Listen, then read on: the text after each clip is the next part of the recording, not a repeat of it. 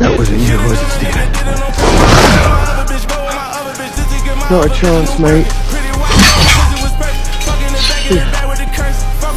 What the hell was that? I blacked out. Steven crashed through the window, and just as he was about to hit the ground at this life or death moment, he finally managed to summon his suit, barely escaping disaster. But his form looked completely different from Mark's, and the weapon he wielded was this form's staff. Steven admired his sharp-suited reflection in the mirror, but Mark just mocked him for being vain.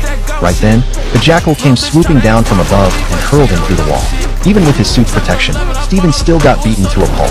Then Steven switched tactics. He actually started doing this taunting dance right in front of everyone. The furious jackal lunged straight at Steven's face, but ended up getting sucker punched and sent flying instead.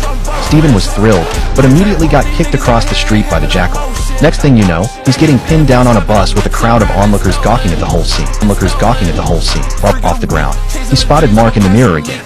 Mark pointed out that if they kept going at it with the jackal, innocent bystanders were going to get caught in the crossfire. Steven knew he couldn't take down the jackal on his own, so he handed over control of his body. The suit slowly faded away as waves of energy surged through his body. As the mask merged together, Mark's Moon Knight descended upon the world. Mark used a car to launch himself up onto the rooftops, with the jackal hot on his heels. They raced across the city skyline under the moonlight, and as they chased each other through the urban jungle, they quickly left the noisy crowds far behind. Mark knew it was time to make his move. He nailed the jackal with a crescent dart while airborne, then grabbed hold of his opponent mid-glide.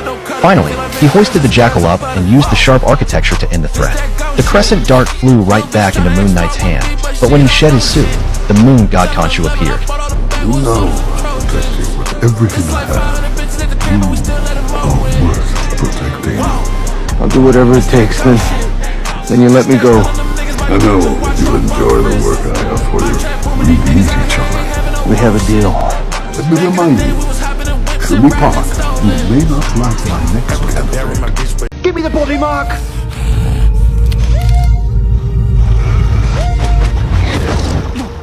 Oh. Sorry. You alright? That's it. Alright, time out! That's it, time out! Guys, let's all calm down, yeah? Steven spread his arms wide, and in the next instant, a surge of incredible power coursed through his entire body. In a flash, he transformed into the sharply dressed Moon Knight. Steven then mimicked Khonshu's arm movements, and amazingly, the night sky above began shifting and changing in sync with every gesture. The spectacle was absolutely breathtaking, drawing crowds of onlookers who stopped dead in their tracks to stare. Before long, Khonshu's arms suddenly froze mid-motion, and what appeared before everyone was the exact night sky from 2,000 years ago, the same one Seneb had used to record the tomb's location.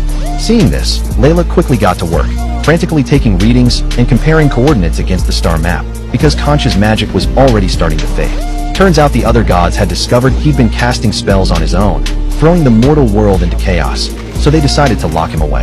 Several figures gathered around an ancient stone pillar, chanting mysterious incantations under their breath. The small stones on the pillar began carving themselves, and as the sculpture's features became clearer and clearer, Khonshu's form started dissolving away. Once the statue was completely formed, he vanished entirely, imprisoned within the stone figure, which was then placed in the wall of the god's chamber to reflect on his actions. And if you are gonna go through with this, you gotta be smart, at least for Layla's sake. I've been in situations like this before. So have I. It's the same body, isn't it?